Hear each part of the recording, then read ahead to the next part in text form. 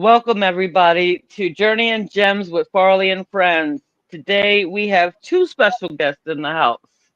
I wrote one because you guys do not know, but I would like to go ahead and introduce her again because she was back here in April, and now she's back again in October, and we thank her so much. Please give it up for our special guest, Ember Levy. Thank you. Thank you Yeah. for having me back on, Christy. I am so happy to see you. I'm I'm so like, yay, Em. And we have my executive producer and the owner of Two Tempted ENT, Wicked Low, is in the house. What up, though? What up, though? What up, though? You know what time it is, my brother. It is time for us to get along on the show. This is my fault, you guys, as y'all always know. I'm sorry to be on CP time. I didn't mean to with M on the show. It's gonna be hot. I just said it. But I am glad all the same for us to get into autism awareness, everybody.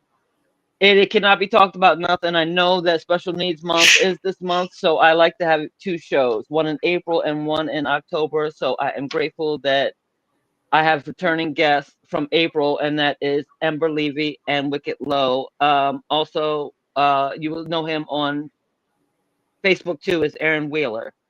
So, with that being said, everybody, I want to know how is your night?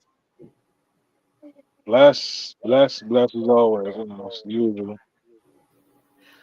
my night is so beautiful because I'm here with you. Oh, yeah, don't do that to me. See, I'm gonna think we're off camera. I'm gonna be like, we're off camera now. Like, oh my gosh, girl, I gotta check.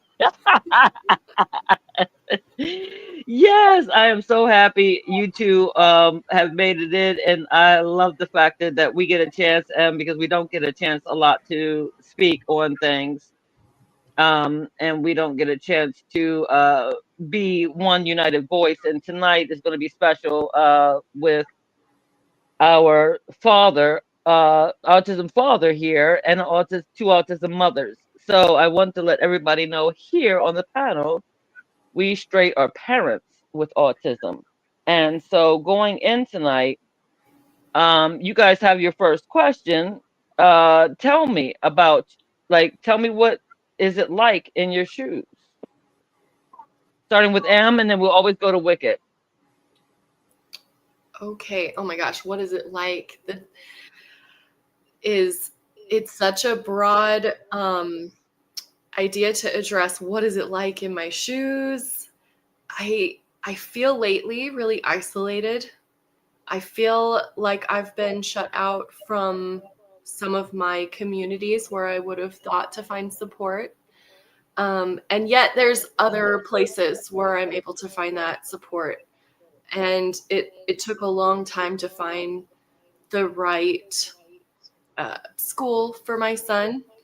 And I think a lot of times it can feel like I'm flooded with regret for not figuring things out fast while I was Mm, lost and researching and struggling to just meet daily survival needs for hmm.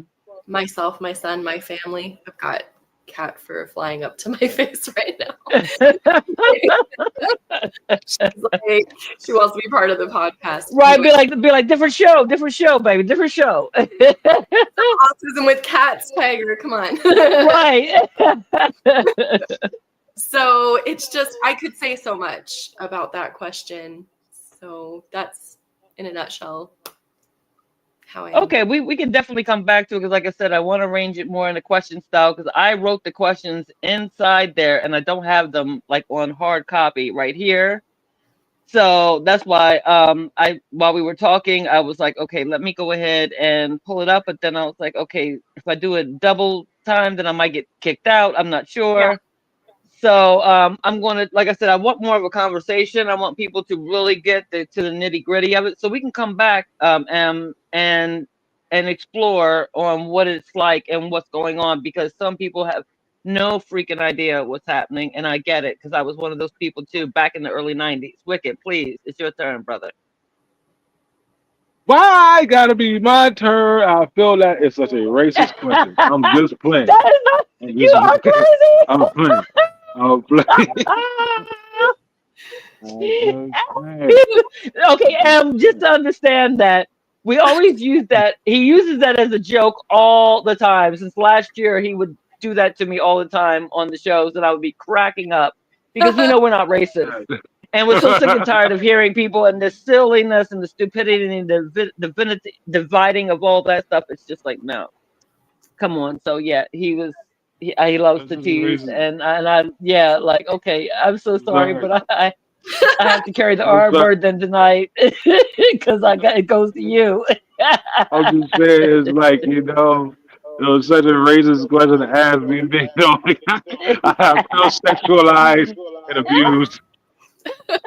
Oh my gosh. I know he's funny. So, So what's it what is like a to day in your be shoes? Yeah, what is it like to be you doing this? being me? Huh. I mean, I feel the same way she feels.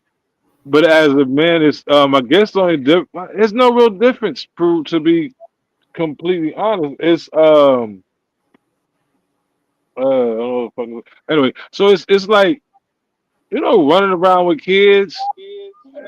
Uh, we have our understanding, so it's not a really huge. It's a huge thing, but it's not a really like No, we like. don't, sir. We're asking you a question. Lo que carajo, That's why we. cabrón. Me Hey, don't entiendo, get the okay, me Spanish on entienden. me. Lo que Now, carajo, Emma knows Spanish. okay, okay, okay, my friend, okay, okay, hermana, está loco. So, uh, Don't bring up that it's Spanish on like, me. it's like, it's like, all right, so, me and my daughters, we have our understanding. Daddy talks, you listen, you dig? So, uh, I mean, just a day in my life, just, trying to teach my children, teaching my daughter, my oldest daughter, my oldest daughter, my 11-year-old, things as when her cycle is on and helping her understand. Okay, this is we gotta clean good. So it's just dealing with Yeah. girls with her being autistic. Oh man, for me, I don't see it no different way from raising my first four kids. I don't see it no different. I don't see it different too much aside from my youngest daughter being nonverbal. I don't Right. really Well, see we it. I can mean, get, we'll because I get, love we'll them both definitely the get back same. into So, you because I know that when we talk, sometimes it can bring out a little bit more well, of the all things. right. You So, know what I all right. mean? So let me just say this. Okay, I'll say this. I'll Okay. say this. So, yes, the isolation is a lot of the feelings that she expressed before as well, but there's a lot of things like I am more. My guard is up, hella, hella. You know what I'm saying? It's up there because I don't trust no one with my kids, especially with them being autistic. So I'm always on the guard and always on the lookout, always trying to make sure everything is copacetic. Uh, making sure they're good, making sure they understand things. You know, so it's a little more in depth, I guess, from when I was raising my first four. But you know, it's just me loving my kids and playing around with them and trying to help them the best way possible. I worry, Well, of course, that's absolutely like I worry like every parent because I have four other children and a grandson that's not autistic, but I have two younger ones that are. So I love them all the same. You know what I'm saying? right. But Right. I love them all the same. They know their siblings. Their siblings know them. They love each other, which is the most important part. Um, but as far as raising, I guess like I said, it's probably a little more in depth because they caught on. I guess they caught on things as their age progressed. Like for a 7-year-old, he was acting as a 7-year-old would, not 11, but acting, but being treated as an 8-year-old. You understand? So uh, I isolated myself. I see the isolation for me is I isolated myself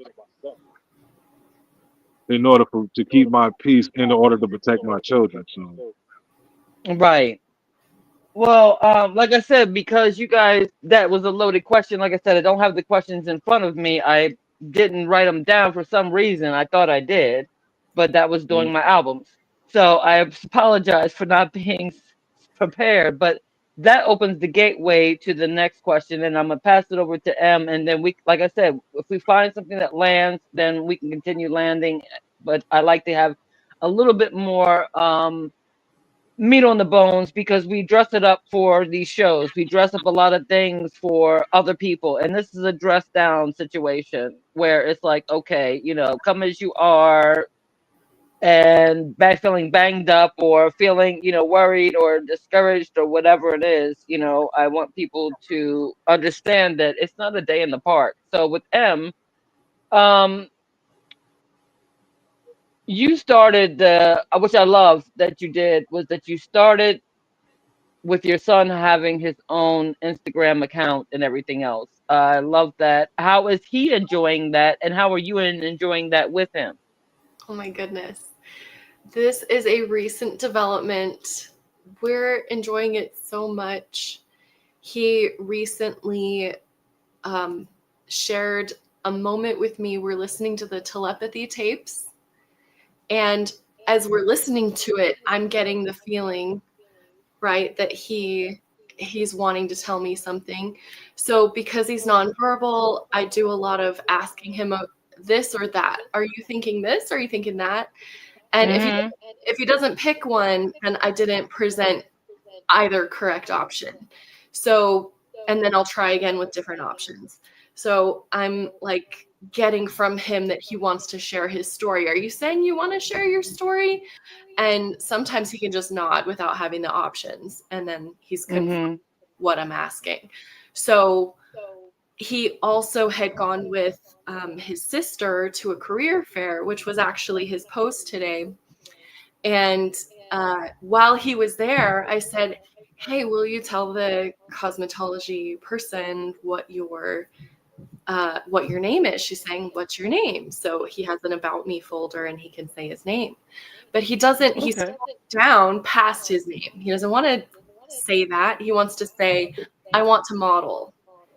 So Oh. we're in the cosmetology department, and that's what he says. That's what he chooses to share about himself.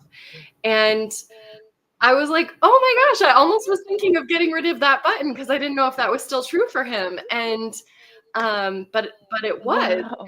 He used it right then, and so we talked about it, and I said, "Okay, so you've been saying you want to share your story. You said you want to model. You could share your story and you could model from if you had your own social media accounts. Is that something you want to do?" And so he nods and he confirms everything that led in that direction. And so you can see on the channels how I ask him about the videos, I ask about the music, I ask, Mm-hmm. is this the direction you want to go? Do you want to go in a different direction? And so it's been very exciting and very connective between us. And then it's been less than a month still. And as of today, he's had 55,000 views across his channel, Yes. which means it's resonating with some people. Yes. So we're enjoying it very much. He loves it. And one of his videos, thank you. One of his videos recently, I show his reaction to the comments on his page. And he's trying to play it cool at the beginning. He's like, "Yep, I'm just drinking my drink." And then as it starts to sink in that he's got over 50,000 views and he's hearing all these comments from people on his channel, he can't contain his laughter and his happiness. And so you can Oh. see this video on his account of him just celebrating with his feelings when he's hearing the news and he's hearing the Were comments. you guys in the car? We were in the car. We were sitting in the park. Okay, I think I see that. I think I saw that one. Yeah, because I was like in tears and I was like, wait a minute. Oh, you're so sweet. Yeah, because I follow, and so it comes up either on my Instagram, what I mean, like into my cipher now, where I just see everything Oh, now from you guys, and so I love it, and I have to share it on Beauty's Grace group, and I oh, think that's important how you were doing it, and with the technology we have today, yeah. and that's a great way to have opened him up to a world now that he can actually do that, and people don't hear it enough. And I think that that's why it's so beautiful what you're doing with it. And I'm like, oh my gosh, don't make me cry, Em. Don't make me cry. I'm going to Wicked. Then he's gonna be stupid, and I'm gonna all forget all about crying. Okay, Yeah, and Wicked. as Did soon you hear what Em was saying about her with her child and them doing the podcast? Wicked. are you muted? Oh shit. Yes, I was muted. Uh, so See yes, what you said. I Yeah. absolutely congratulations, and definitely that's so cool. Thank you. That is definitely so cool. I heard a lot of it. I heard y'all. Yeah, yes, Oh, okay. absolutely.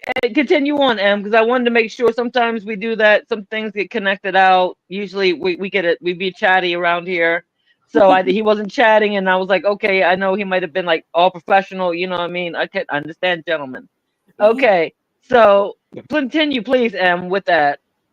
Well, what I think is really different about him sharing his story through his own accounts now is that it's less me talking for him and more of his voice.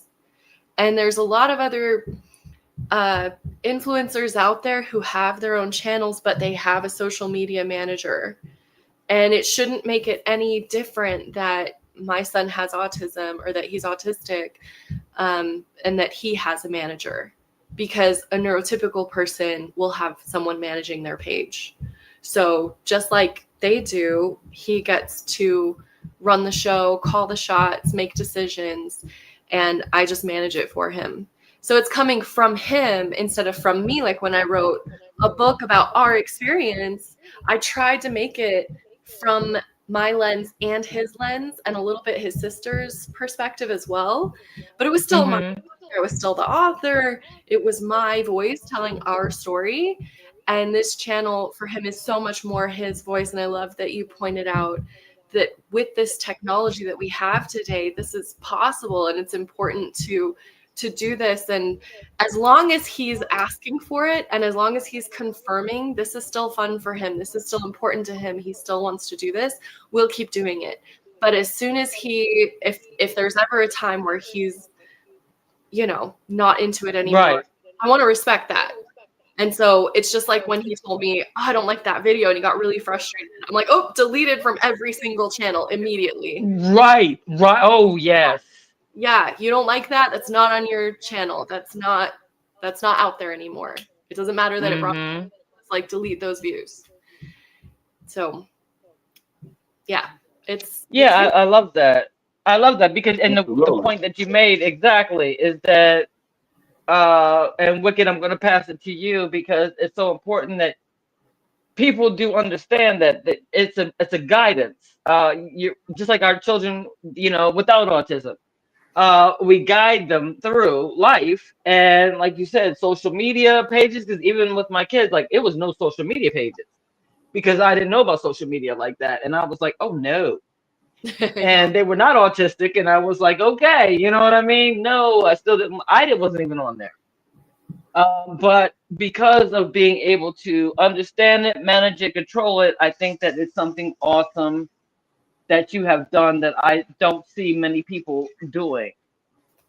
And that just shows you right there what kind of mother you are and caregiver Thank that you. you are, my dear. That's really important. Wicked, what would you think that when your girls got older and they wanted a page? What do you think?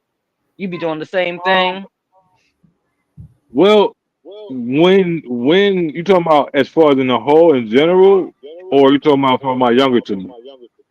for your younger two, as far as like when they get older and they're like, okay, dad, they want to jump on this, thing and be able to I don't you have not gotten to see it, but please tell everybody what your son's thing so that way we can follow.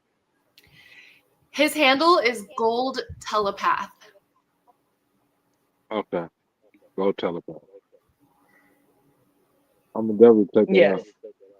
out. Um, Yes, because I'm gonna that way definitely you'll check have it more out. of an opinion. I'll give you something else, Wicked, because I thought that maybe I had Nah, shared it with you, but I think I might have shared it out to another autism mom, and I didn't share it to yeah. you. I apologize, but Mm, I no, you're wanted to make good. sure that You're the good. I right would just, people are I, looking at it. You know what I mean? Because it wasn't just to need to be out there for everybody. Like, yeah, go do this, and then somebody become crazy. Because you know me, even on the internet, right. I can get bonkers. Okay, for my Uh, kids, and they're I, all my kids. So I'm like, forget about it. Okay. right, So right. yeah, Mama bear. yeah. But is that a I would possible say, thing? but I would say, it's not sorry. I was gonna say, I would say that when they get of age,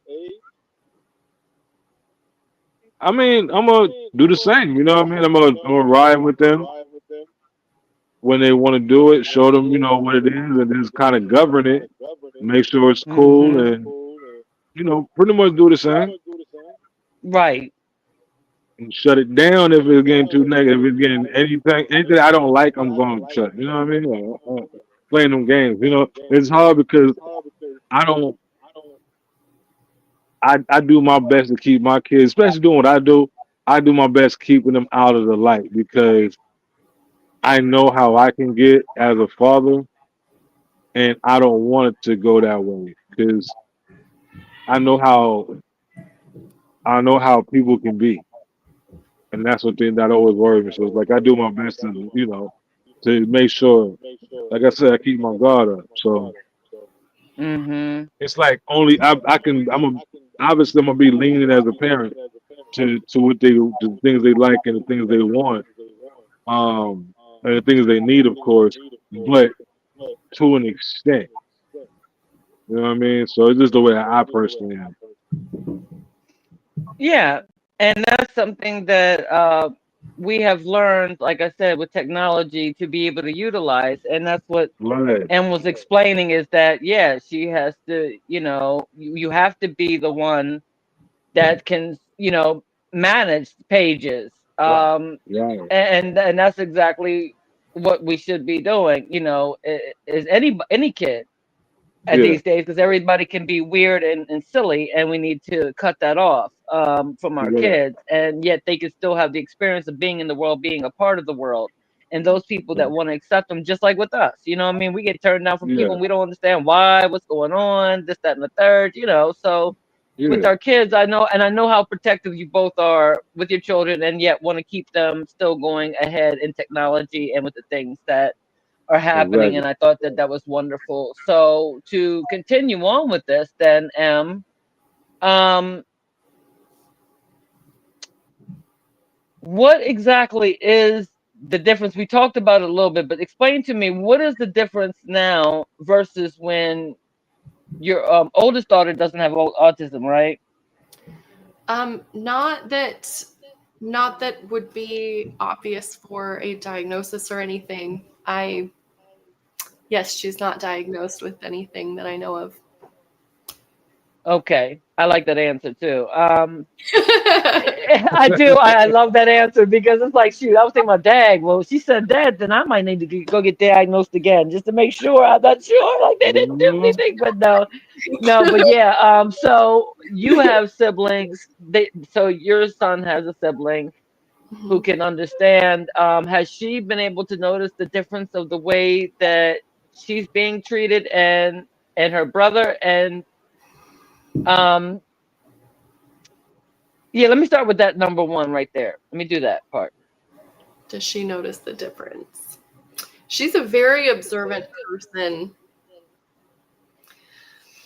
Um, I want to start by responding kind of my own observations because, like, Wicked Low, you were saying a few minutes ago how, if I heard you correctly, you're like, all my kids, I love them all the same, whether they're on the Mhm. spectrum, not on the spectrum. I'm going to treat them the same, but maybe I'm a little more protective of Right. my kids with autism, and so, like, my daughter, for example, could, once she hit 14, had her cell phone and could be out on an outing and have that communication so that I could know she's safe and I could allow her to have experience and practice some independence that she maybe Hmm. didn't Mhm. have for that stage.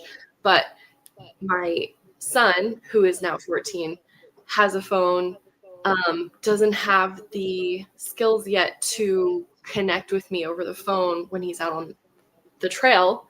So when he Mm-hmm. goes out, it's without permission because I'm saying you need to have this skill first because I feel like I don't know that you're not going to run into the road. I don't know that you're not going to jump into the canal. I don't know that someone is Mm-hmm. going to come and prey on your vulnerabilities. And so I'm more protective and don't give him the leeway that I gave my daughter. And Mm-hmm. as far as what my daughter observes personally about the differences in maybe that treatment or treatment by peers, um, I'm just thinking it's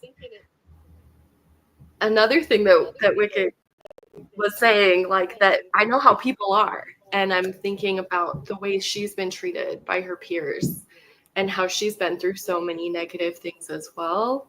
And I probably shouldn't Mm-hmm. share any details because it's her life, you know, but Right. I'm just thinking they've I feel like this is a question I should ask her that I don't know that I've asked or that I've picked up on what she thinks about the difference, other than something she has expressed is that um, she's really sad that she never got to go to the same school as her brother. They're very close in age and Okay. been able to go to the same elementary school. They should have been able to ride the same bus. But the way the system is set up right now is he's treated like he's broken, like there's something wrong with him. Like he has to get on a different bus and get shipped to a different place because he doesn't belong with his sister. So families are separated because of this. And that's something one day I told my daughter, I said, anything you want. You have been so amazing and so responsible. Just whatever you want, let me know. And I thought she could ask for the world and I would give it to her right now. And I actually thought maybe she'll ask for a special trip or something. Mm-hmm. She asked to go to school with her brother, and my heart broke because I had already been trying for years and I knew it wasn't possible. So I think that's how she's affected the most, Mm. at least to the point of expressing how she's observed the different treatment. She doesn't get to go to school with him, and that's upsetting to her. That's upsetting to me, and I'm sure it's upsetting to Ryan as well. So Right. Wow, I have a story for that one. Boy, that tugged at my heartstrings. For okay, Wicked. With your kids being older and in their 20s going into, they're into their adult years, and then them having two sisters that didn't do that go through the same as them, then how do you perceive it to be that they feel about, their sisters and how that their sisters have been affected by it, and stuff like that. So, Um, we have talks, but you know, my kid is so much like me. First of all, my kids is not a laughing matter, but my children are so much like me, and I'm gonna say I'm not gonna get too much into it, but I would say that I'll just say how can I explain this the best way possible. We finally got our rapport back, but so me understand the way they are now, hmm. they are a lot like me, so they don't see it like for example, my oldest daughter, you know what I mean? She like how my baby's doing, how my little sister doing it. And she'll be on the phone. She knows they're autistic, but she loves them just the same. You know what I mean? And she lets them see their nephew, and they'll be on the phone and all that, which is her daughter. I'm sorry, my grandson. And Right, they don't. You gotta think. All right, so they're older. They're all in their 20s, right. so they don't see it as far as I know, they don't see it no different. Like they know that they're autistic. They're their sisters anyway, but that's pretty much it. Like there's Okay. Yeah, they know that, they're aware, especially with today. Especially with today. So like for example, my oldest daughter's she's well aware of her little sister's condition. And Right.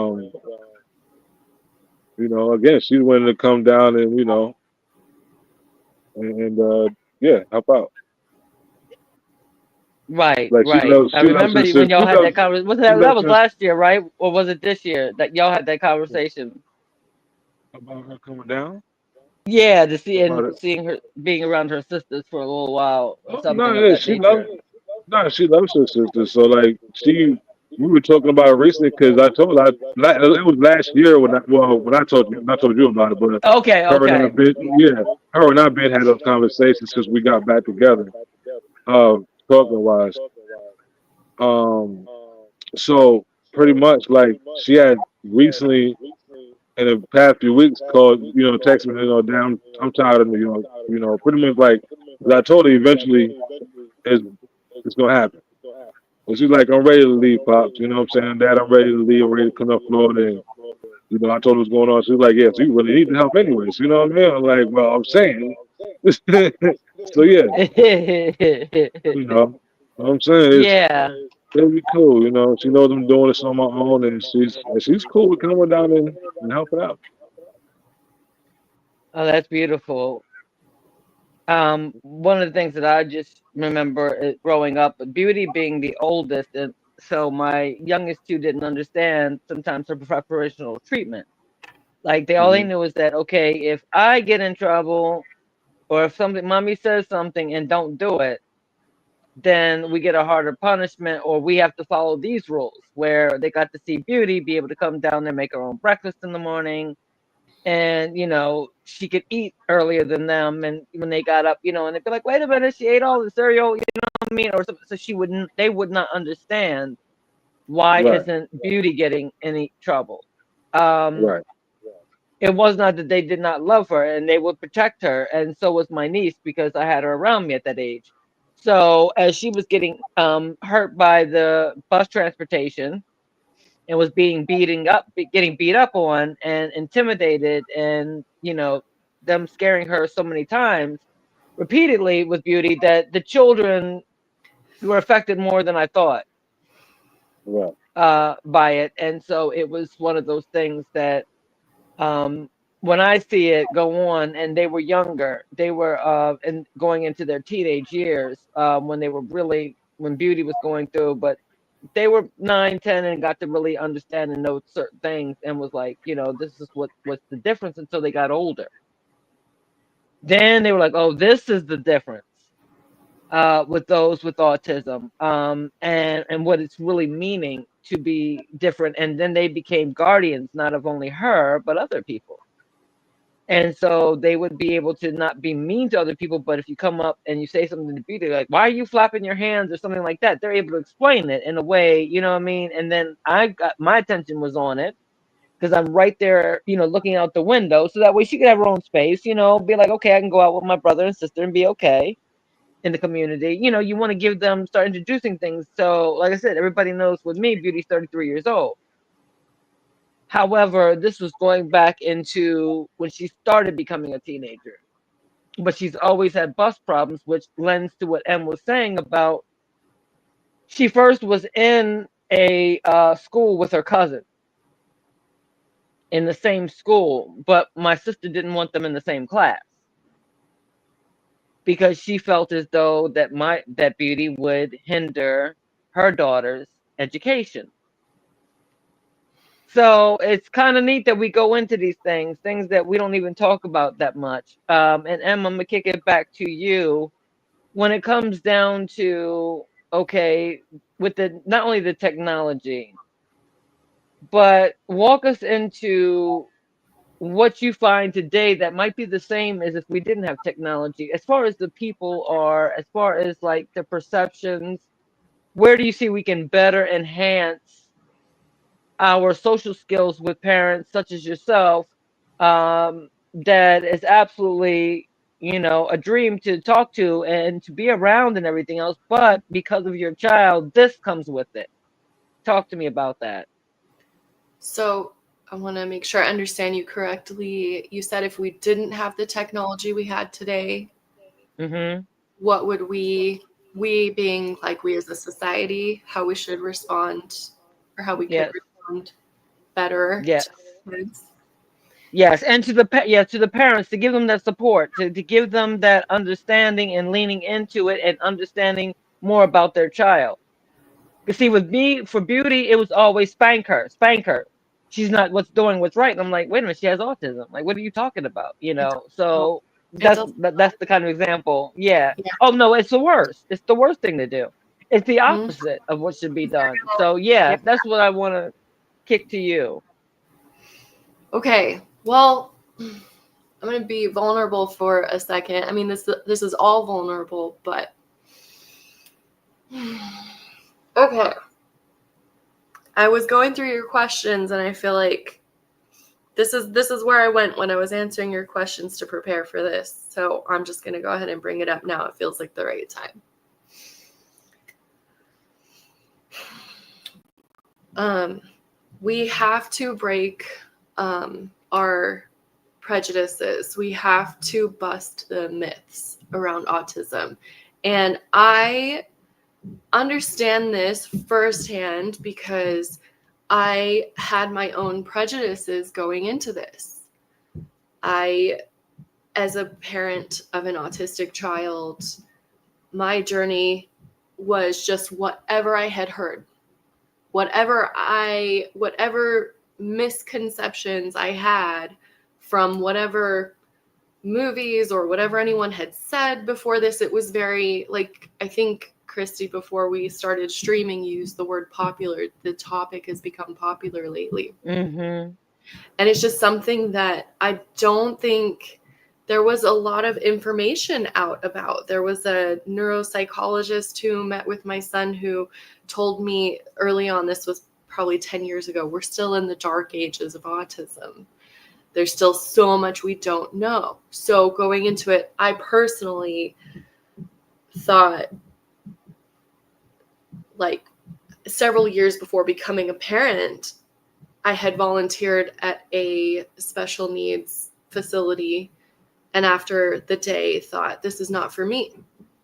This hurts. This is, Mm, I couldn't do this. I can't spend more mm-hmm. time doing this. And just fast forward to I become a parent of an autistic child and have to grow into understanding more, not just feeling the pain of what suffering might be happening, but seeing the joy of how life is being enjoyed in a different way.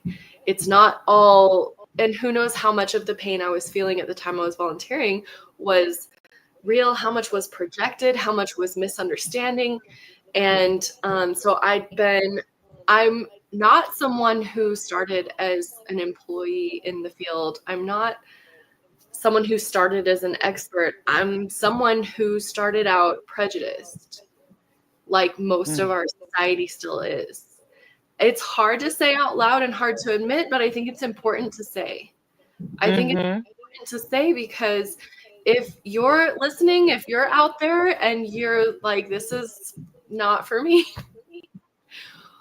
and I hear from so many people, I could never do what you do. I can't imagine Mm, what it's like. And I respond with, I couldn't either. I had mm, to grow into someone who could. mm, And one of the biggest misconceptions I had at first was I'll never be able to talk to my son. mm, I had to mm. grieve so much because I thought I'll never have the future I thought I would have with my son. And today, I've gone from that to did all this research, have put in the time, have really done everything I can to communicate with my son and get to know him. And he showed me as a 5-year-old, he found speech apps. He found trailers explaining what speech apps were. He found this and showed me. Wow. He broke the myth. As a nonverbal autistic child with aggression that I feel like was caused by the systemic lack of support and the systemic prejudices, he is capable enough to blow my mind and open up my perspective and say, Mm-hmm. look, I can talk. Look, there is the technology for this. So I know your question in part was about what do we do? What would we do without this technology? I think it's just essential that we use the technology, especially since our kids are showing us that it's available and want it. And that the most important thing to do as a society is have each of us look at ourselves in the mirror, whether we're parents of kids with autism. Whether, I feel like we all know someone who's autistic. Mm-hmm. Some of us might be on the spectrum and didn't realize it, right? Right. Right. I think it's just so prolific. We can't ignore it anymore. Not one individual can just ignore it and say, that's not for me, or I'm better than that, or I don't understand that, or it's look in the mirror and see where can this, a lot of us have to find selfish motives maybe. Where can this benefit me? How can this bring more joy into my life if I give of myself Mm-hmm. to someone in this community, support a parent, or volunteer time with a child, or become a and I don't know what the word is for it, but like an assistive speller, like help a kid with a talking device. Right. So there's just so much that we each can do. And I promise the more you do, like where you find space in your life for this, and yes, have boundaries for yourself and create some space for it, some space for your autistic community members, whether it's yourself or someone else, you will have more joy. And we as a community will have more joy. And we will find more solutions to the problems that we've been having as a world, as a culture. I believe that. I feel like I've seen it. And that we need to communicate more together and stop acting like if someone's nonverbal, they're not speaking. And I've seen Oh. my son, he speaks. He speaks differently, but he speaks. And we have heart to hearts all the time. Mm. Mm. So That's thank, powerful. thank you for giving me space to say that. Oh my goodness, yes. Thank you for actually sharing that because some people just don't want to realize that even though they didn't have a hatred for something, they know that something was not for them or something of that nature. Because I even know parents who knew their child was disabled and they had to walk away because they could not handle themselves, whether it be mothers or fathers. I've seen the both, and like and it's a difference, a huge difference in what's going on in Wicked's case. But Wicked is still a single father doing this with his kids. So it's wild that we look at things in a different light until we're in that situation. And we'll tell people, oh, I don't know how you do this, and I don't know how you get through that. But it's not for the faint of heart. It definitely isn't. So it shows us how much strength we've got, even when we are a blithering mess on the floor. Like sometimes I look like myself, like, Dad, Christy, you was a blithering idiot back in a certain time period. Like, boy, was you a mess, girl. You was a hot mess. Get yourself together. Um, like what's going on here? Because I can look back now and saying that every day how much she really did open up the world, how much she opened up to other people, that when somebody said her name, and of course they would call her Beauty. Now if you know her by Beauty, you know her. And I'm like, well, dang, they remembered you. You know what I mean? Like, they barely remembered my name, but they remember Beauty though. So it really, I got to step back and know that I came from a place of, my hardest place was during the times where there was not that kind of technology out there. And it wasn't a place where your honesty was wanted. I could not tell them enough how much it tore me up, but it tore my children up as well to see their sister being beaten on. and we're going to hospitals and back and forth, and then you want to shuffle me off here. So we're dealing with it on a daily basis, and yet during that time as well, we felt crushed underneath heels. It also opened up people to saying, "Oh, this is why," and people got more involved. More parents got involved, to the point where I couldn't take her anymore because she was beating on me too bad. And so my body just couldn't handle it. So a neighbor down the street, she was like, "I'll do the job." She was taller, she was able to do more, and she knew beauty. So, it's those kinds of things that when we're out there in the world, and people should take advantage of this type of social media by, when I take advantage, everybody listen clearly, to understanding and being able to, what, as we do, as we say, Wicked, we get the knowledge, then we go into the wisdom part of it so we can get the Mhm. understanding. Absolutely. And so when we get into that place of understanding that, okay, you know what? Well, sometimes I act a certain way too that is different from others.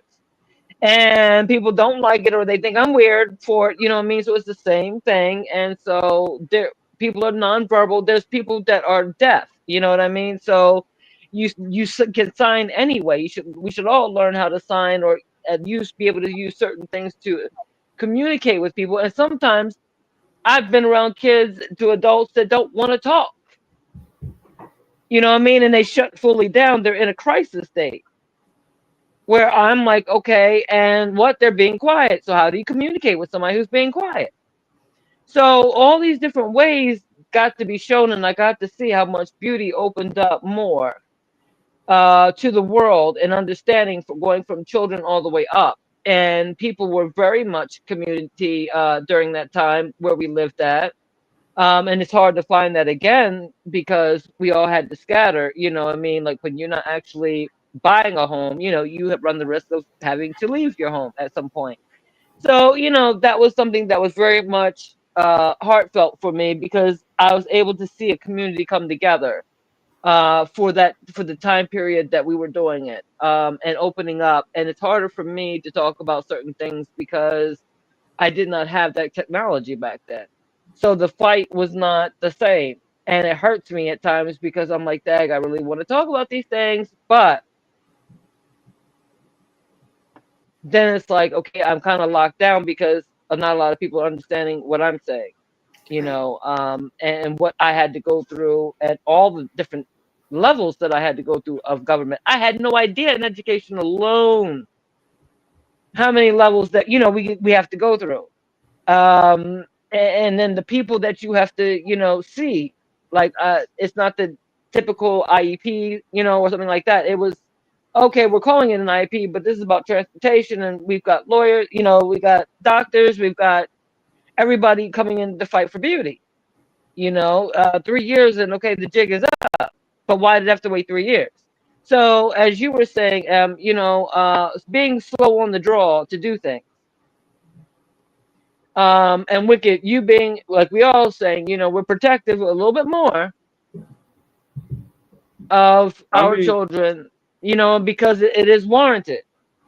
I'm not gonna lie. I'm just saying, as protective, I can't be as protective to my older ones because they're not here in Florida. Now, if they were here in Florida, I'd be the same overly protective parent. That's just me, though. You know what I'm saying? Because yeah, I understand they got to get out there, they got to do this, they got to that, they got to that, they got to that. But my brother told me a couple of nights ago, we'll always be the same as the person that we try to get away from. Somewhere deep down inside, we're always going to be the same. So a part of me, that same part of me that you say, I'm going to be the same, is the same part that's still kind of on the ignorant side. I'm not gonna lie, like it's ignorance, because I know they gotta grow. I know they gotta do what they gotta do. That's why I'm like, that's why they're in New York. It's not that I want them there. I would have rather them down here. Well, I got one, my older son is down here. But for me, the same way I would, the same, it's I guess, oh man, that's a hard one too. Cause I'm still like, cause a part of, I don't. It maybe just me. Maybe it's just daddy mode. You did, and Okay. I think it's just daddy mode. That's what I think it is. It's daddy mode, and daddy mode is like, push, stay away from their mind. You know what I'm saying? They're my baby. You know what I'm saying? Like, so a part of me is like, daddy mode is a little, you know what I mean? Like I gotta both mom. I have to be both mommy and daddy. So you have the good and the bad at the same exact time. So as gentle as I am with all six of them, seven including my grandson, I'm the same way with all of them. You know what I mean? If they can't understand certain things, I'll explain it to them in a certain way. May not be the same exact way as I explain it to my nonverbal or my oldest daughter have a younger, 11-year-old that has a learning disability.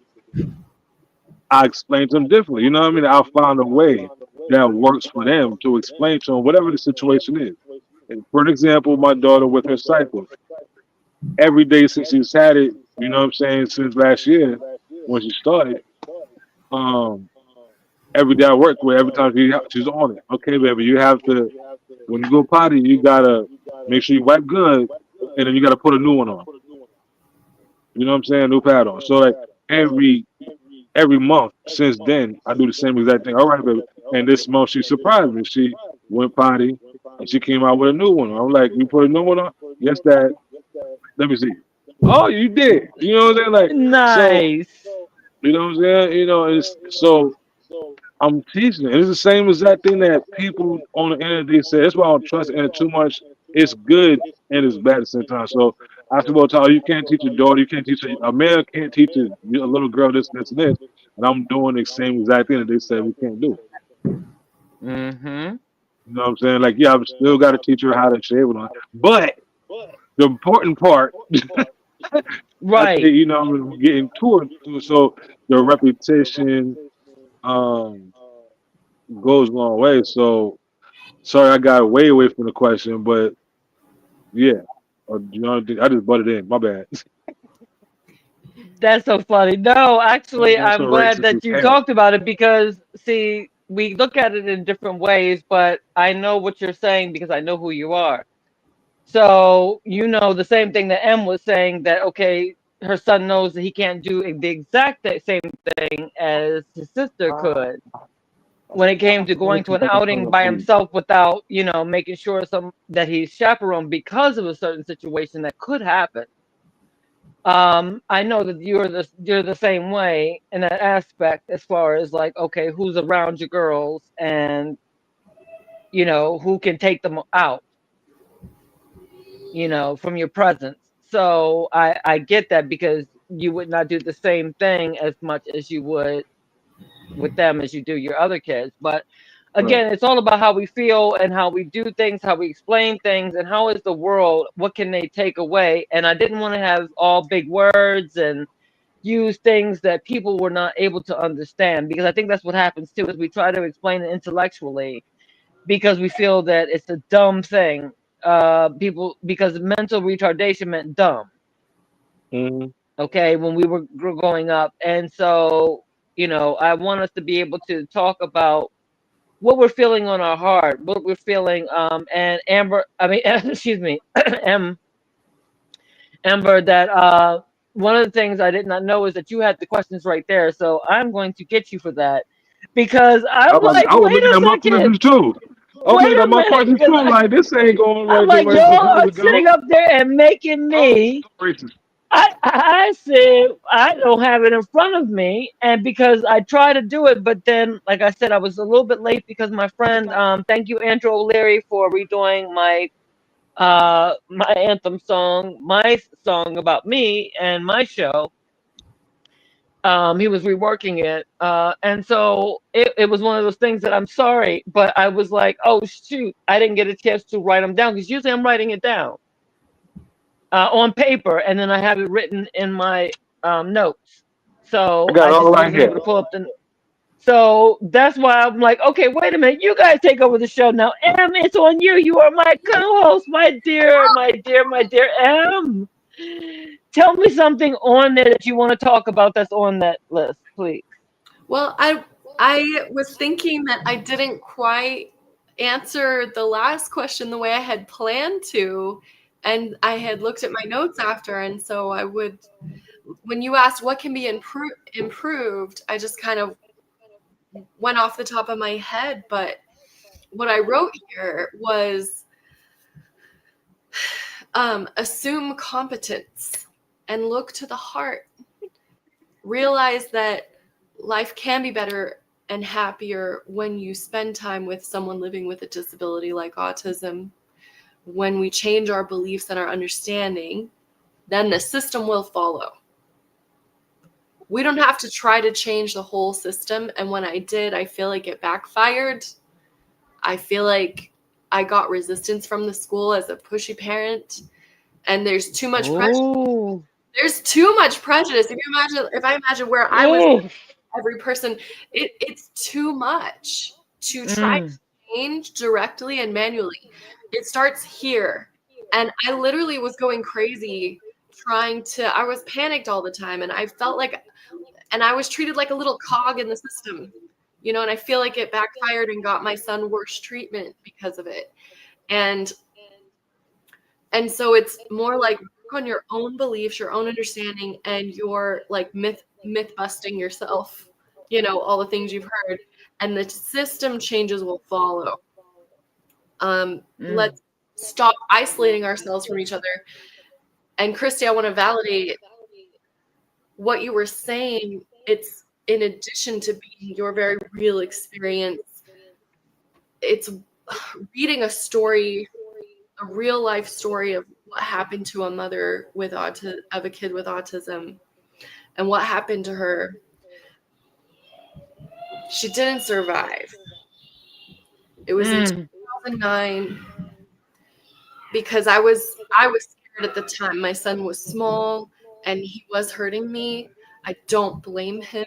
I blame the system for not giving him the support. Mhm. Don't think autism is the problem. I think the lack of support is the problem. Mm. We Mm, need mm, each mm. other as humans. We're born without shells, without armor. We are born to be vulnerable, to touch each other, to connect. And isolating ourselves or isolating from each other, but Wicked, I don't want to dismiss like what you said earlier. Sometimes we do isolate ourselves to like pull back and self-protect, and that's important to be able to do.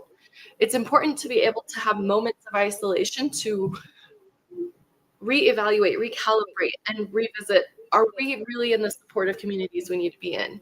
So, but when that isolation becomes like a long-term thing, that I felt when I read the story and I looked at everything that had happened, what happened to this mother and her son is they were isolated at home Mhm. every day for I don't know how many years before it happened. And Mm. only at that point was the son given the support, the home, uh, I think provided by Medicaid at that point. And imagine if that family had received their support rather than being isolated, that he'd still have his mother. And so I learned something in that story, that isolation is like long-term isolation is a problem. So part of what I wanted to share with what do I think needs to change in our society is that we should not be isolating families with autism. Um, let's stop isolating ourselves and each other for our differences as a society. It's where things start to fall apart. Again, it's important to be able to take time to yourself, but long-term isolation is what I'm talking about. And Mhm. together is where we feel happier and where we fulfill our life's purpose. We need each Mm. other. We need to give and Mm. receive. We need that. We're part of a system. We're part of a bigger system, and our system obviously needs a huge reform. But we can't do it single-handedly. Right. Right. I think that what you were absolutely saying, oh my god, like I'm over here melting. I'm just over here like, oh my gosh, yes, because these are the things that I don't know. That's what led me to a longer term where it broke me down mentally to where I could no longer do the fight and I became suicidal. There was once I left the community I was in and we were working with other people, it was not as much support. Um, around. And so the bottom line was that I talked about it with Beauty that there was not enough, and doctors knew there wasn't enough. And when Beauty was supposed to go into an institution, when she was got to be about 2 years old, and I understood what the doctor was saying down the line because he was terrified that I was not going to be able to handle this. He was terrified, and I had Frank already, my son. So having him, it was like he was like, "You're not going to be able to do this. Like, your daughter is going. You have to figure out what's best for your daughter," which was always a key in thing. So when he got overruled right at the last day, and I'm talking about the day before she was supposed to go in, he got overruled by another doctor who said, "Oh, we got the resources." Well, my doctor put in his resignation. When you're talking about that parent, that's what got my daughter them to start beating on my daughter in retaliation to me because my daughter was nowhere to be found, and I was gotten off work, and it's like, okay, no daughter. Where's my daughter? And why is she late? And so I'm an advocate by nature, a leader by nature in those things in which I follow, and to understand better about things, because a lot of things that she was not fully blown as an autistic person until age 4, because that's how little they knew about autism. So when I was like, what? Like, it goes from mental retardation and other things that are going on to now autism with PDD. What? So it was something that people were so mean. And I thought to myself, even as a child, and she would just like her hands flop. So she picks something up and, she'll flop her hands or whatever, and she might have rocks in them or, marbles or flour or whatever she could do. And she just enjoyed watching them, go in between her hands. And one lady was going up to my daughter. Mind you, she is 3 years old at this time, and we did not know about the autism, but, of course, we noticed the difference. Bottom line was that this woman was ready to fight my child because she said, oh, she was trying to throw rocks at me. Okay, now see, if I hit you with a rock, though, I'm wrong for trying to get you to understand she is 3 years old. You see what she's doing. You're not even near her. How is she trying to throw rocks at you when she's looking at there and her brother is right there and her cousin is right there? They're all little. They're all playing. What is the problem, lady? But you don't step to a child. So I've seen that so many times before, and that's what happened with Beauty. It just became one of the things that people thought that they had the right in the system to beat her. And then we got hoodwinked all the way down the line until I could no longer bring up criminal charges against the people that all parties involved. Because I went all the way up to the presidency. I'm not playing games. So when people are looking at it now in a different light is why I asked that question, because we have to do something in this time to not lose our senses and our bases about people that need the support, that need the understanding. We need that. And so does other people. Some people need to understand that they need understanding at times. Why are we doing so much of a huge difference? I've seen policemen to security men about to pull guns on my daughter, and she was not as verbal. She's a lot like your daughter now, Wicked, your oldest daughter. That's where Beauty was, where she can say certain words back to you and everything else, and not really doing a whole complete sentence using the right context of a word, sentences, things like that nature. So it just brings me back to it because I'm like, Dad, why couldn't everybody just be supportive? And it was meant for the system to go up against the kids. Because just like a politician that has already said that people with autism really don't have What place do they have in this world?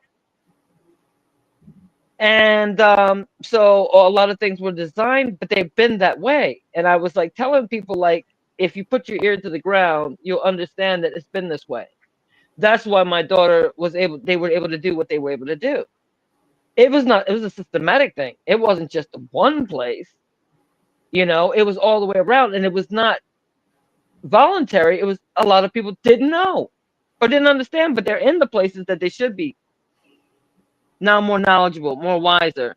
So we have to go ahead and continue on the conversation. And like M says, we have to come together. We have to be stronger together as parents as well, and caretakers, because we also are caretakers as well. I never thought of myself one until Beverly Nance did her thing, and I was like, oh yeah, I am a caretaker. Like, that was one of those things where I'm like, oh yeah, because I didn't think that the group was supposed to be for me per se. I thought she was talking about people who were not related, but we are caretakers too. So I want to make this a better world.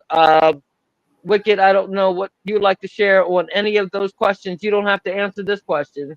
You can look at the other questions and see if there was something that laid upon your heart to talk about that you think is important for the people. Because right now, I need a break for a second. I need to make sure my tears. Okay, got to get it together. Mm, mm. Lord have mercy. All right, I ain't studied for this. I'm sorry. So, mhm, how do you get your daily reprieve? Amber, can I ask you that question? How do you get your day? I don't even know what reprieve means. Can I ask you that question? How do you get your You know daily what? reprieve? I I can't stand you. Yeah, no, I love that response because that's how I felt when I read the question. No. Really, at first, just wrote Ah, ah, "ha." That was my first response. I was like, "Ha, daily reprieve, what?" So, and then I Really? add like breathe. I try to remind myself to breathe because do you ever go through this where you catch yourself not breathing? What's going yes. on? You're like, I thought this was Uh, involuntary. I thought this was supposed to just uh, happen, and suddenly I've stopped breathing. For how long? you know? Right. I just remind myself to breathe. Right. So that's what it meant. So that's what I meant because, and again, I'm sorry. Sometimes words, I'm like, okay, I have a word game where I love words, and so excuse me, but yeah, that's exactly what I meant. Was like, what do you do on a daily? What is your getaway moments? Oh, Even if you okay. can't get away physically, yeah. If you can't get away physically, even what do you get to do for you? Period. Bottom line, what gets to be done for you? Mm-mm-mm.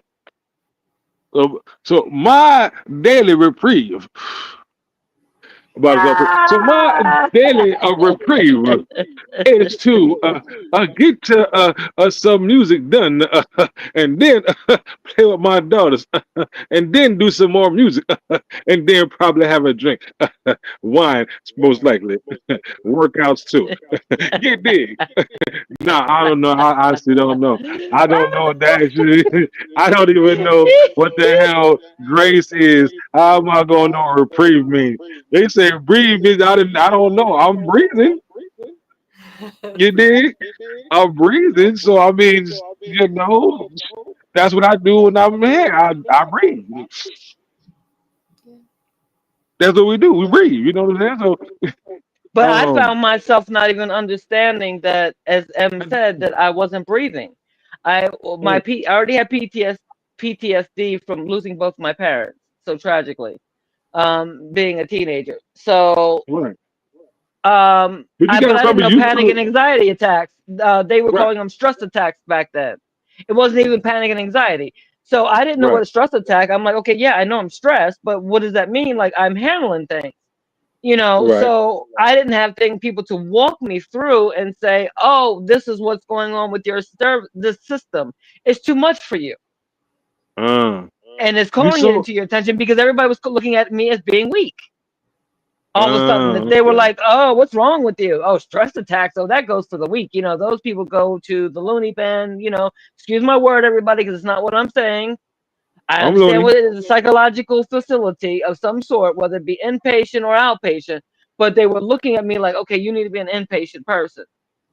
I'm loony. Be, and I was like, what? Like, what are you talking about? So it made me feel even more guilty Mm, that I had panic and anxiety attacks. So yeah, because I didn't have a lot of ways to get out of it, because as soon as I got out of it, I had to go back in, and I was the main person because her father just flew away. right. And just, So what I mean? So yeah, please, thank right. So on some seriousness, I honestly, so I've been, I guess technically I've been kind of doing things not knowing that I'm doing it, right? Because you already know I do music. You already know I do read. Say I have my Quran. I have my supreme mathematics that I've been studying. Um, and all that comes into play, including the music. So I guess in doing what you're doing right now. So these are the times because right now they're cool. It's not 9 o'clock yet. I don't have to hook up to a feeding tube. They've had dinner. She's been bathed. My other daughter got her chicken nuggets after dinner. She's watching cartoons, and they don't run around the house bucket crazy. They don't mess with things. So my little breathe time is just doing exactly what I've been doing. You know what I'm saying? And I honestly, it's like work on top of work, but I can't say I don't know what that word means. I don't know what it is to breathe. I don't know what it is to give myself grace. But I'm thinking I've been doing that all this whole time. When I, sorry, like when I, as I told you last time, number one in supreme mathematics is knowledge. Knowledge is to look, listen, and observe.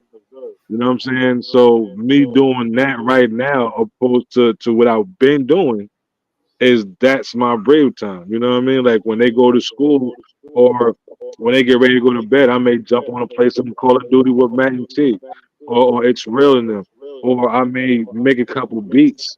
I may do a song. I may do something, or you know what I mean. So, um, those are my times. But this is what I've been doing the whole time. I But you don't think just I said that you addressed added my something problem. new, which I like that, because Oh, of course, it was to work out. Hmm. um, it gives a new perspective on that, and I definitely will do single interviews with both of you at some point after Mm, the holidays, because these kinds of topics have to continue going. I'm glad to right. be here to do that. And if everybody has a certain time, like I know you already told me, Wicked, that, and I'm glad that you're able to stay on as long as you were. And thank you for letting us know, because you have a nurse, Yeah, no, so sure. that you have a nurse that Sure. daily. I mean, but I'm just saying, like, on the people that understand out there, is that, you have a daily nurse that has to come in because your daughter has a feeding tube. Yeah. So, Well, what I I mean? was. So just to see what real men are, what real women are, that's who we are.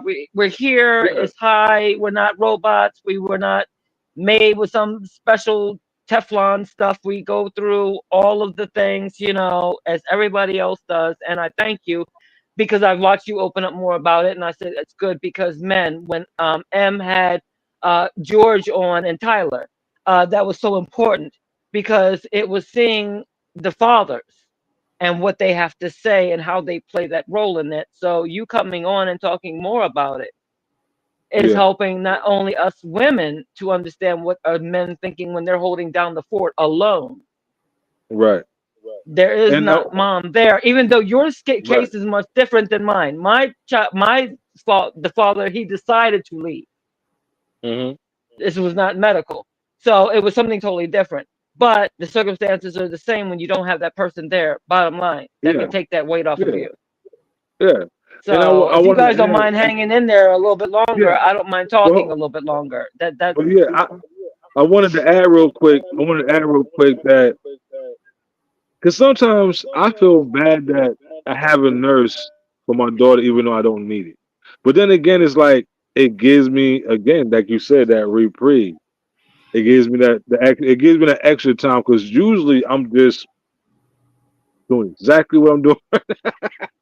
I'm taking care of them, and it don't seem like a huge job to me. It really don't. And I heard people everybody's stressful, everybody is, and even when it came to my kids that don't have autism, one thing I've always observed was, and I heard was people complaining about raising kids. I'm like, I used to tell people like, what do you mean it's so expensive? I'm like, it gets expensive when you buying shit that they don't need. That's when it gets expensive. Including my babies. They don't, I don't buy them a whole bunch of name brand shit. What the hell? They gonna grow out of it anyway. I buy them the cutest things I can possibly get. I do their hair the best I can, because I'm a dude. I don't know how to do hair, but I do the best I can to make sure they look cute for school. Um, you know what I'm saying? It's not that to me. I don't feel like it's such a.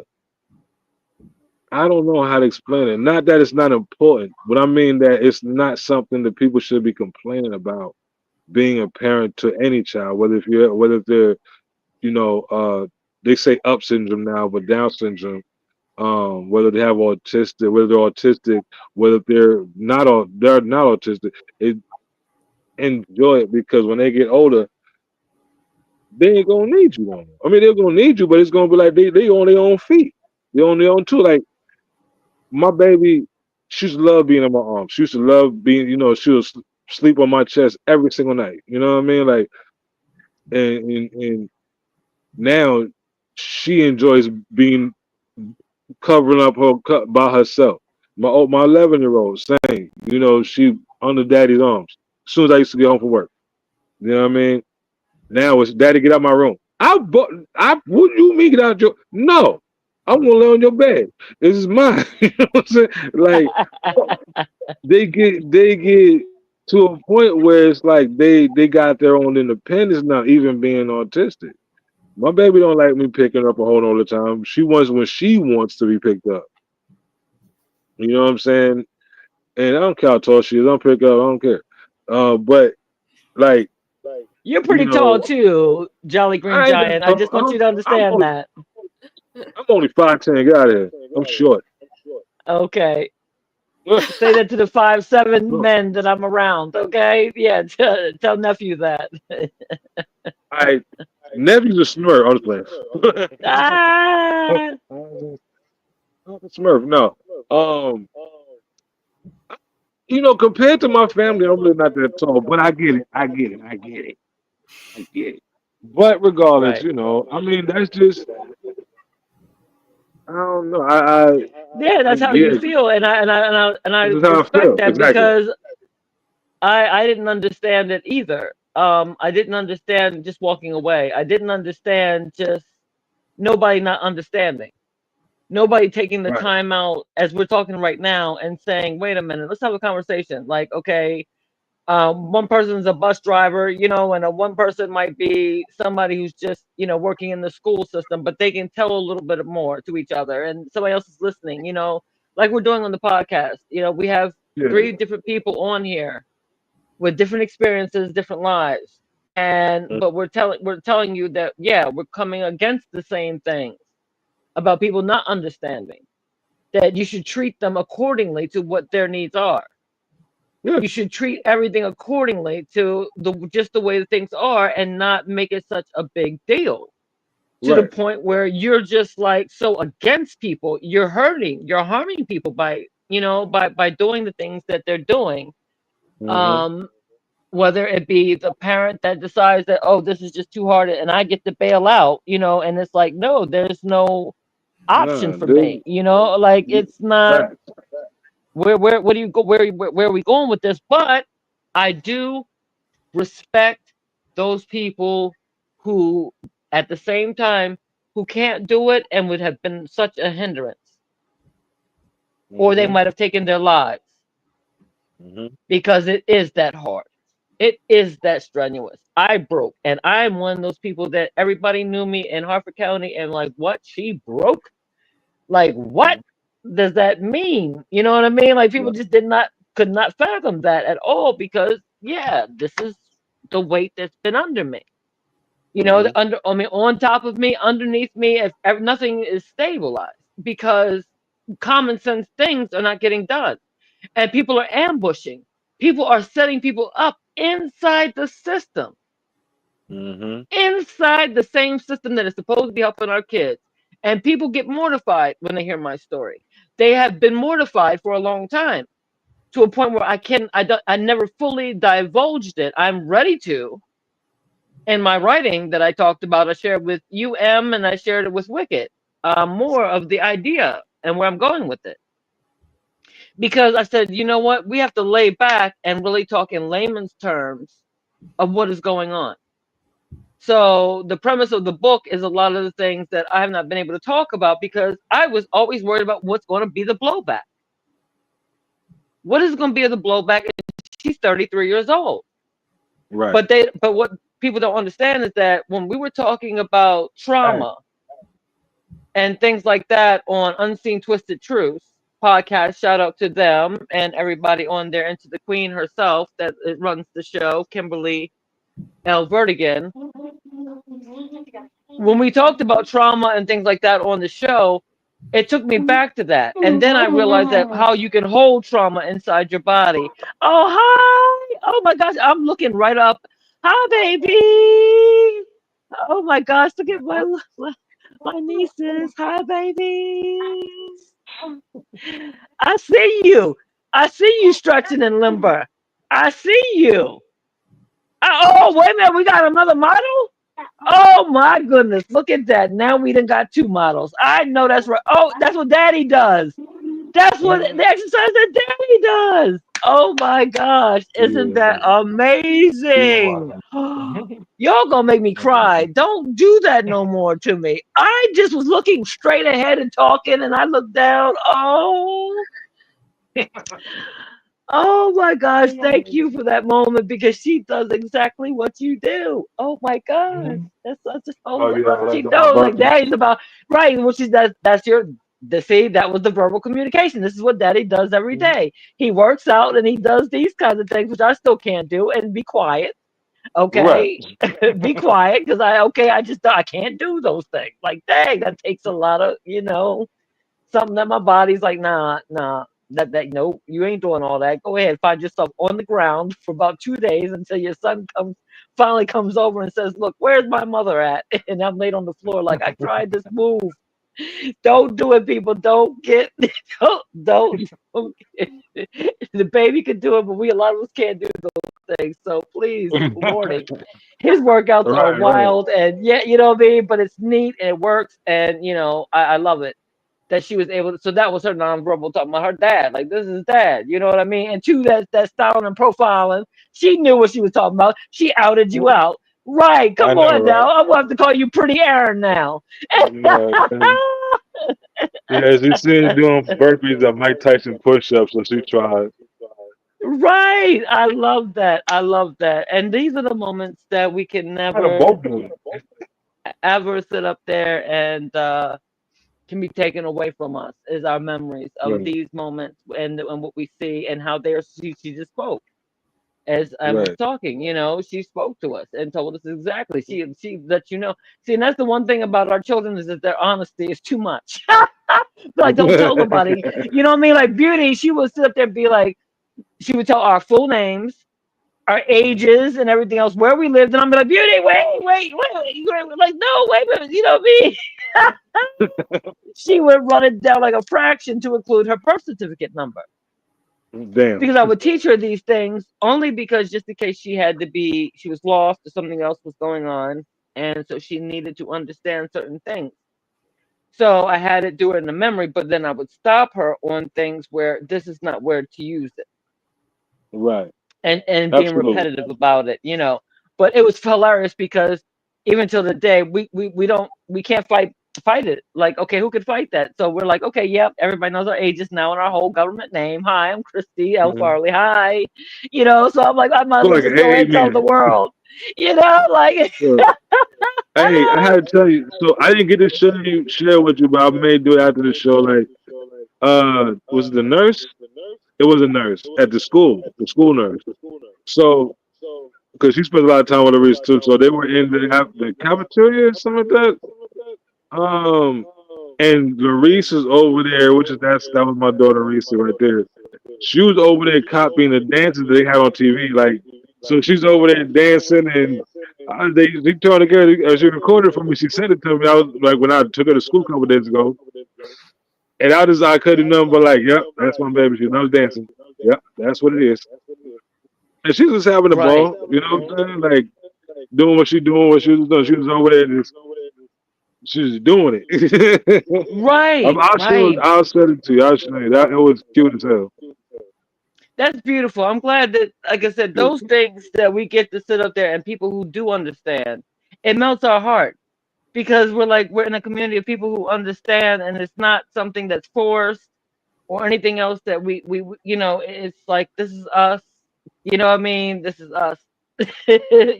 So Mhm. what is something else on that spoke to you about the questions that I put out there? Was there anything else that we get into, because it all is going to tie back to the same Oh, of how we're going to close the show. oh, can Right. I ask? Can I ask a question? Go ahead. I don't know. You have to ask M, because see, we don't play that. Our mama bears. We don't play that. Do not interrupt us, sir, when we're speaking. No, I'm just playing. Go ahead. All right, all right. All right. So here's my first impression of how I do things. All right. Do you believe schools, hospitals, and other programs have helpful tools, which I think you talked about this, to support your family? Me, yes. You? Oh, Uh, my answer was somewhat. somewhat. Yeah. I say that. Go ahead and explain, M. So the explanation I wrote, well, in my right mind last night, but I don't go on and on. My goodness. We finally found a school in the past couple years that has more of the one-on-one support my son needs. Limited beliefs about potential and excuses about liabilities seem to get in the way of sufficient and appropriate resources. Mm, Absolutely. mm, I was because I have my daughters. They're both my 11-year-old just went to she just got it's her first year in middle school. So, but they were both in the same elementary. Um, I actually like that. The reason that's one reason why I haven't left yet because I like the elementary school. They did do a lot of the one-on-ones. They helped with a lot. So, that was that. Still iffy on the middle school, but that's daddy mode. All right. Um, do you believe people from all walks of life understand and accept people with autism? What was your answer? My answer to that: hell to the now, hell to the now, now, now. That was my answer. Nah, Yeah, I put no. And same, same. that was the part where I wrote, where I thought through, even I had my own walls up and my own misunderstandings. Mhm. And that uh, when my son was first diagnosed, and since then he has changed my understanding of autism. And together, he and I are working to help break down the systemic myths the way he did Right, for me, the way he keeps. gotcha. mm, So, Absolutely, absolutely. yeah, so personally, I try to keep the my belief of his potential without limits. mm. I don't tell him you're never going to be able to drive. I tell him, hey, if you learn to drive, you could inherit this car. Hey, There you go. you want to go on There you go. you want to go on the walks by yourself like your sister? Just we got to work on that skill. You could message me and let me know that you're safe. We work on that skill, you can have that independence. And when I stand up for him and advocate for, like, maybe there's other people that I have to have these conversations with. Hey, I feel like you're putting limits on what you think his potential is. We need to take those limits off. And when I hear myself stand up for him, I realize I need to do that for myself. And Ooh. that's part of the benefit and the happiness that comes from these interactions we have with our kids, um, is wow, it's that self-reflection of, hey, maybe that's true for me too. If I can hope for him and for that next level, maybe that means I shouldn't give up on myself either. Maybe Mm. that means I have unlimited potential. Maybe I should stop judging myself so hard because I'm not judging me. Hmm. Ooh. Why am I judging me? If his progress isn't too slow, if his progress is perfect for him, maybe the pace I'm going, maybe what I've been able to achieve so far is enough. Hmm. Ooh. Absolutely. I love that. I love that. Ooh. I love that because Ooh. as you're saying that, it kind of Whew. helps me understand. How can I explain this? So it helps me understand. It's kind of what I've been thinking or feeling myself, but not verbally saying. Not paying too much attention to it, just keeping it moving. Because I'll say this, like I've told Christy, it was one of the things of why I don't understand grace because my whole deal was me having the parents I've had. You know, God rest them both. God rest all of them. Um, I seen the men take their pain, whether if it was my brother going to jail, whether if it, whether when I got locked up, I seen them take their pain and just keep pushing. All right, you know what? This is what we're gonna do. So this is how we're just gonna handle it, and I'm gonna go to work, and I'm gonna get the money, and then we're gonna take care of business. This is what we do. You know what I'm saying? When my grandfather, when he was a merchant marine, and he brought my mother and my grandmother down here to the states from Belize, like he did what he had to do to take care of the family, and then my grandmother did what she had to do to take care of the family, and then they both brought it together. So when it comes to this, I just keep it moving. This is what I saw growing up, so this is what I'm doing. So I don't pay attention to, yeah, they're helping me. I know they're helping me learn things about myself, and of course, taking care of them. So it's definitely a blessing to learn what they're teaching me as well. But I just take it in stride. So I know what's going on. I just don't verbally say nothing about it until now.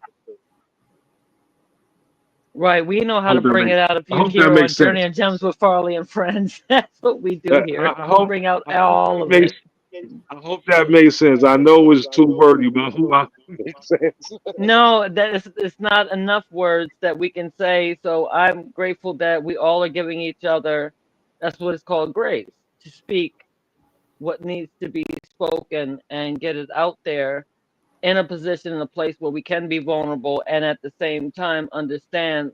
Because that's very huge. I was so critical of myself because I was not at the place I was supposed to be at all.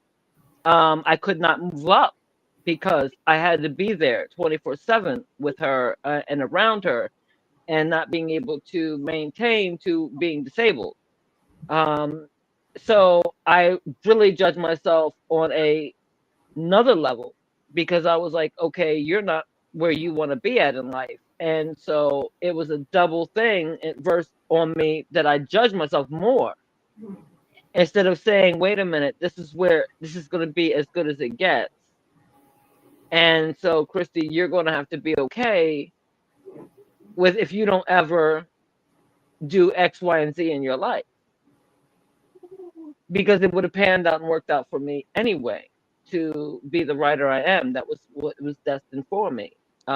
And doing the spoken word and everything. I've already been doing that. So I did not trust when she became um, more into the behaviorals and things like that and not being able to get the help that was required. Then one minute they would give you the help, and then the next minute they would put conditions on it that you still had to be there and be present. So I never had was able to get really a lot of escape, except for if pops took them or if my sister would take them for a night or whatever here and there. But even that got limited to where it was just because I had to go in. The more that you hurt her, the more damage and destruction that it was doing to her, the more it got onto me. And I did not believe in myself anymore until my son pointed something out. And in 2011, and I'll never forget it, and I've been rolling, even crumbling, even falling down, even being suicidal. because I could not believe the way that my life is. And then people are always saying that I'm not in favor with God. And they wanted to use Jesus against me and saying, okay, well, I don't know why he's not healing you or healing your daughter. I don't know, the devil is in her. And, it was everything that was coming up against me, that kind of speech, that kind of talk. And I'm like in a church, like, wait a minute, what? What? So, and it was just all the way up to one of the last churches that I participated in, because one of them I didn't get that. It was another turnaround, but people still didn't understand. And when people don't understand, they need to be told. So with all those criticisms and stuff like that is what really broke me to that point, because I'm like, dang, is it really true that I have fallen out of favor with God? Is this really true that um, Yeshua is not going to look at me as he said that I am his brother. I mean, and but everybody is brothers and sisters in the body of Christ. So is he saying I'm not I'm less than? So it was always maintaining these things in my brain because it was always thrown at me in that manner, that I was, this is my fault. So when you have those kinds of things going up against you, you have to realize and pull yourself out. Like I said, we have people now talking more about it. Hmm. And even though there are still people that are like me that were isolated to such an extent where I can't carry this alone. Why are y'all making me carry it alone? But I also was on that side where I got to hear politicians back then, people in the education system that was high up ranking on finances, saying that no, don't give this to special needs kids. You're wasting money. Wasting money was said to me right there, and I thank God he was on. The channel, the local news channel was right there. I thank God for it, because I think I would have just automatically just try to dive on the guy, because and that would have been a Christie move, because I would have been like, oh my gosh, did you just say in front of me? I'm fighting for my daughter's life, and she's not worthy. No kid is worthy. Are you kidding me? Like, so some of the things that I've heard in my life, it's so freaking wild, but we judge ourselves, and giving each other the space to have that grace to speak about things that we are holding inside because that trauma stays Yeah. in our bodies. Yeah. That's what keeps the panic and anxiety. Hmm. And the longer, because I have it, I want to help somebody else to get out of it and not have it to as bad as where it crippled me, to Yeah. where I had not told anybody this, not even my therapist, until recently, that yeah, I had algophoria. And I just didn't tell anybody because I really didn't want anybody to be like, wait a minute, she won't leave the home. She was scared to leave home. She's scared that like what?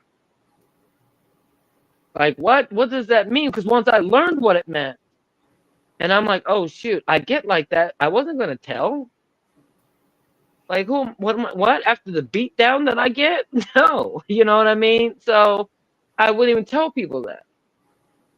And so it didn't matter of a good outing or I had to go. I was so traumatized behind it. So being able to talk about it, releasing it out, is one of the best ways that we can do, not on so many different levels, and pointing out those people who think that our children do have limits on them. Okay, so what if they don't do this, that, and the third?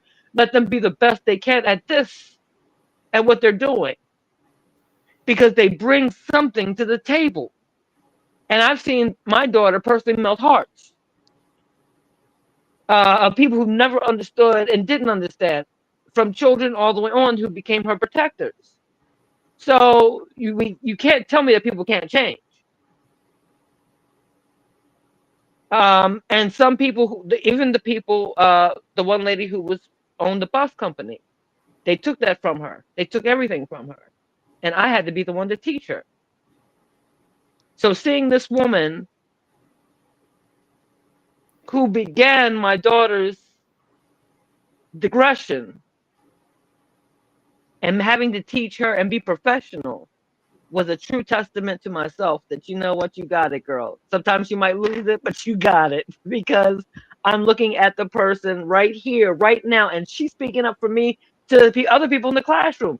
Like, oh, she knows what she's talking about, y'all. Y'all, we're gonna learn something. Y'all gonna learn something today. I'm like, right, because you learned a lesson, didn't you, sister? But I didn't want to go there. You understand what I'm saying, Em? I know you do, Wicked Low. Don't even bother with it.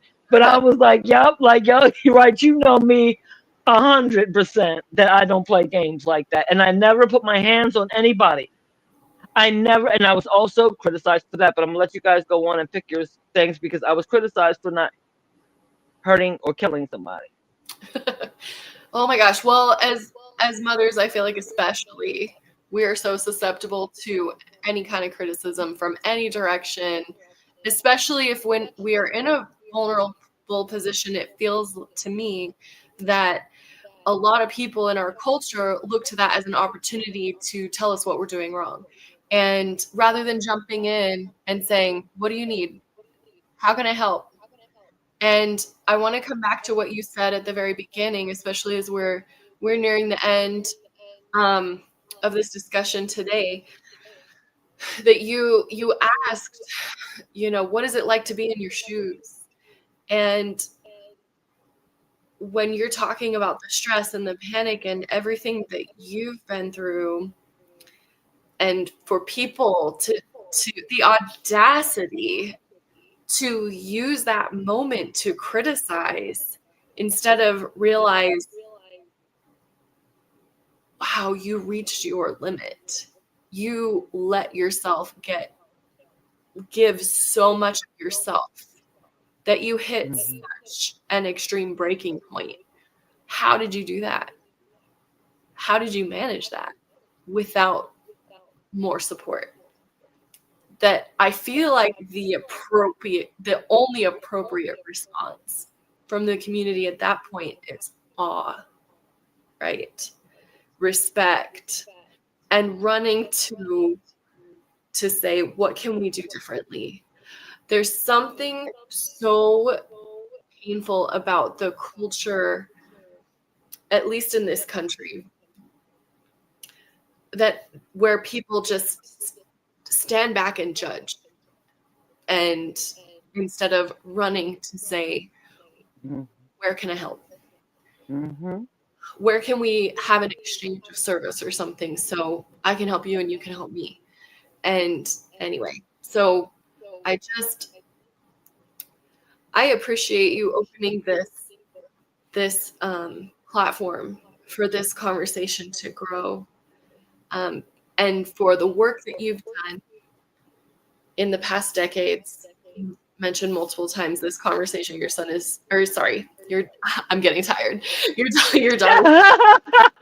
daughter's 33, and so you've been working for decades and paving the road for things to be better this generation, so our kids can get even more than they could get before. And we're paving the way for the next decades for it to get Mm. better, because it needs to get better. And we all need to be more of a unit. And I love to see us coming together here. So since I have to go soon, I'm getting pinged by my support system that has made it possible for me to be here right now. Um, Right. so I'll just jump in and say and answer that last question that you had in the form that you sent me. What do you want people watching to know? So what came to me last night as I was responding to this question is, what I want everyone here and everyone watching to know is that you are loved. That was the feeling that came to me as I responded to this, that life is about love, about self-acceptance and growth. It doesn't matter how far or fast you go, even just standing still and breathing, you move forward in time. You are always progressing, even when you feel stuck. So just wait a day, and tomorrow may be better. Next year may change everything. If your current circumstances feel they could last forever, become the person who can love this life. When people tell me that they could never do what I do, I say I couldn't either, but I decided to grow into someone who could. So Mm. whatever it is that you're facing is an opportunity to grow. And if you feel like you can't grow right now, just wait, and time will carry you forward, and something could change for the better.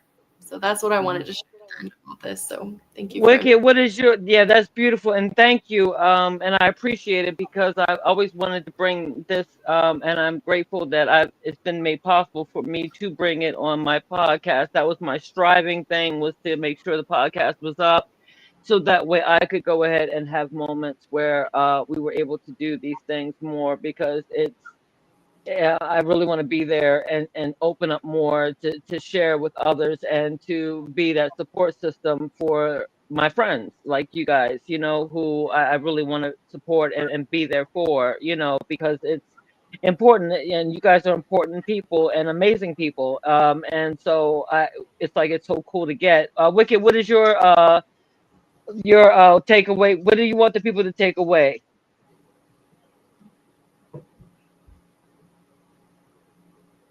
Stop playing games. See, you know what? And nobody's got time for any of your shenanigans.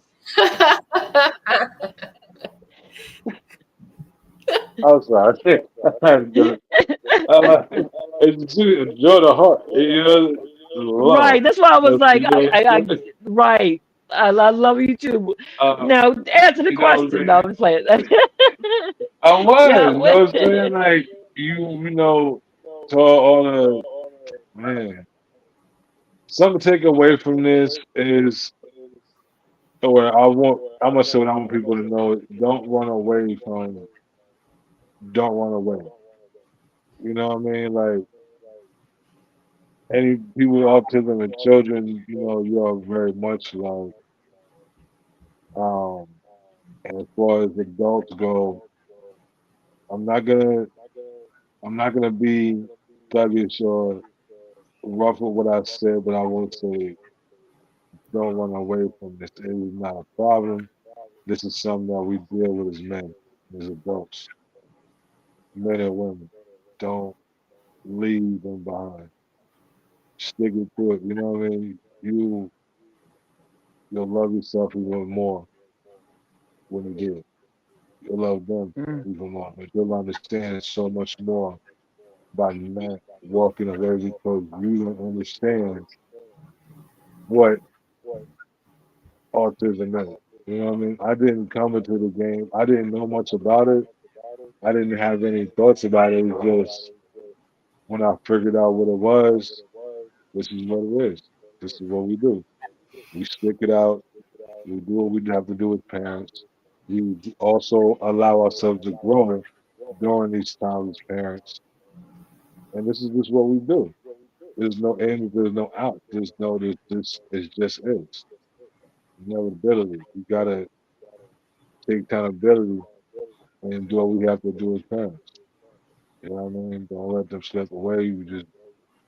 We work hard with them. They work with us and just love them. You know what I'm saying? With all mhm, your heart. Yeah, we do. I don't want to be all like with it. You know what I'm saying? But I just understand this is what we do as parents. We take care of our mhm, babies. We love our babies, no matter if they have autism or don't. But with autism, it's a little more work, but it's not impossible, and it's not doable. Just open your mind and pay attention. Just open your mind, look, listen, and observe, do the knowledge, and they'll give you everything you need to know. Maybe when it's something wrong, they'll tell you. If you open your mind and listen. thank you.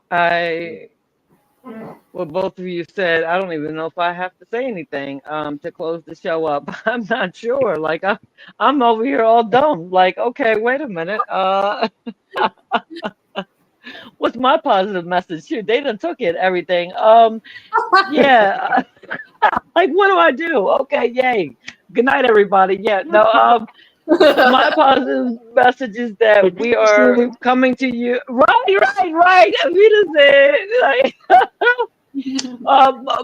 my thing for everybody is this: that the trauma and the stress, allow yourself to heal from things, allow yourself to recognize when you are going down, and understanding that people are can plague on that, and understand that find your people. Make sure your spirituality is grounded. Whatever religion you are, or if you're just spiritual, or what have you, whatever you're going through that is positive, that works for you, work it. And that self-doubt should be turned into possibilities, as both my special guests have come on and to say, in different ways. You don't have to run. You get it helps you to figure out yourself, and you know, learn how to give grace to yourself and see that you're limitless too. You are loved too. As raggedy, broke down, however you're feeling right now, you might be on the top of the world, which I hope you are. But if you're not, it's okay. We understand you. We got you here on Journey and Gems with Farley and Friends podcast. Thank you, everybody. Thank you to my special guests, Ember Levy and Wicked Low, for joining me tonight. And so, with that being said, everybody, peace and blessings to you, love and light. And I will turn to you tomorrow at 6 p.m. with a domestic violence awareness show. And right after that, at 7:30 p.m., it will be the breast cancer awareness show. Thank you, everybody, for coming. Much love to you. Thank you. Thank you. Much love. Peace.